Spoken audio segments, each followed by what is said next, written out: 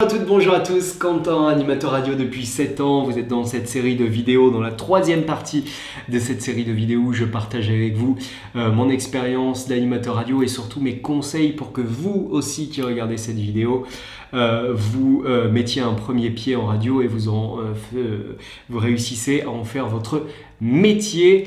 Et c'est une troisième partie où je vous pose une question. Est-ce que vous avez conscience du marché de l'emploi? Et c'est peut-être pour moi, de toute cette série de vidéos, la plus importante.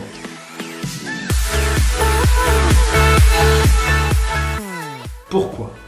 Car j'en parlerai en fin de vidéo.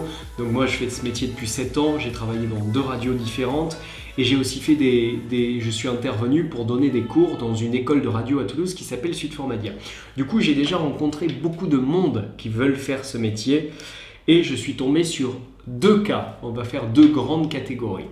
Il y a ceux qui veulent être animateurs radio et qui ont conscience que peu importe ce qu'on leur propose au début, ils vont prendre.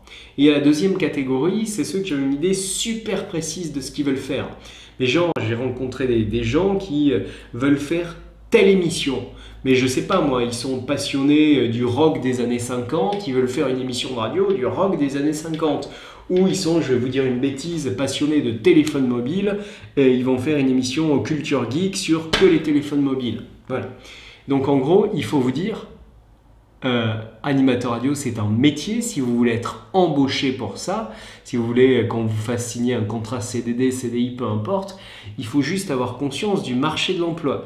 C'est-à-dire aujourd'hui, vous habitez une ville, il y a tant de radios.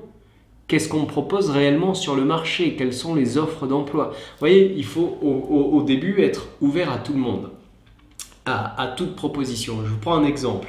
Si vous êtes serveur, vous êtes le meilleur serveur de votre ville. Vous savez jongler avec les bouteilles, vous savez faire les meilleurs cocktails du monde, vous êtes tatoué et compagnie, enfin bref, vous êtes le serveur idéal. Mais vous êtes dans une ville où on ne recherche aucun serveur.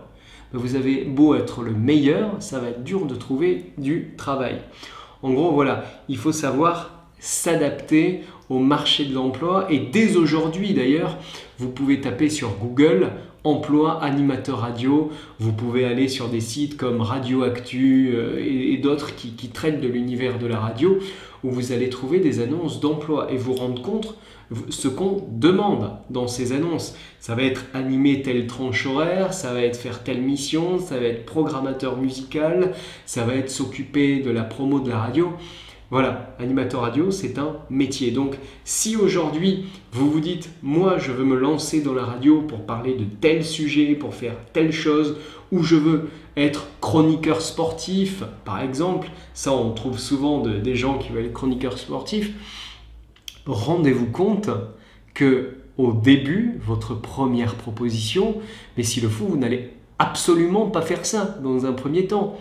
Et si vous arrivez à avoir un emploi sans faire ce que vous voulez au début, c'est tant mieux, c'est félicitations.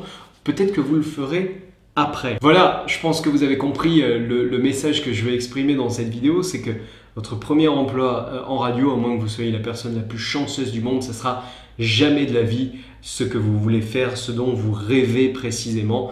C'est au début, il faut s'adapter, il faut être un peu caméléon et voir ce qu'on vous propose. Et ça va vous faire une première expérience qui, je vous le souhaite, par la suite de votre carrière, vous permettra de faire vraiment ce dont vous rêvez. Voilà pour cette partie. Merci à toutes et à tous d'avoir regardé cette vidéo et on se retrouve dès que vous le souhaitez dans la 4e partie de cette série de vidéos animateur radio, comment en faire son métier. Merci à tous.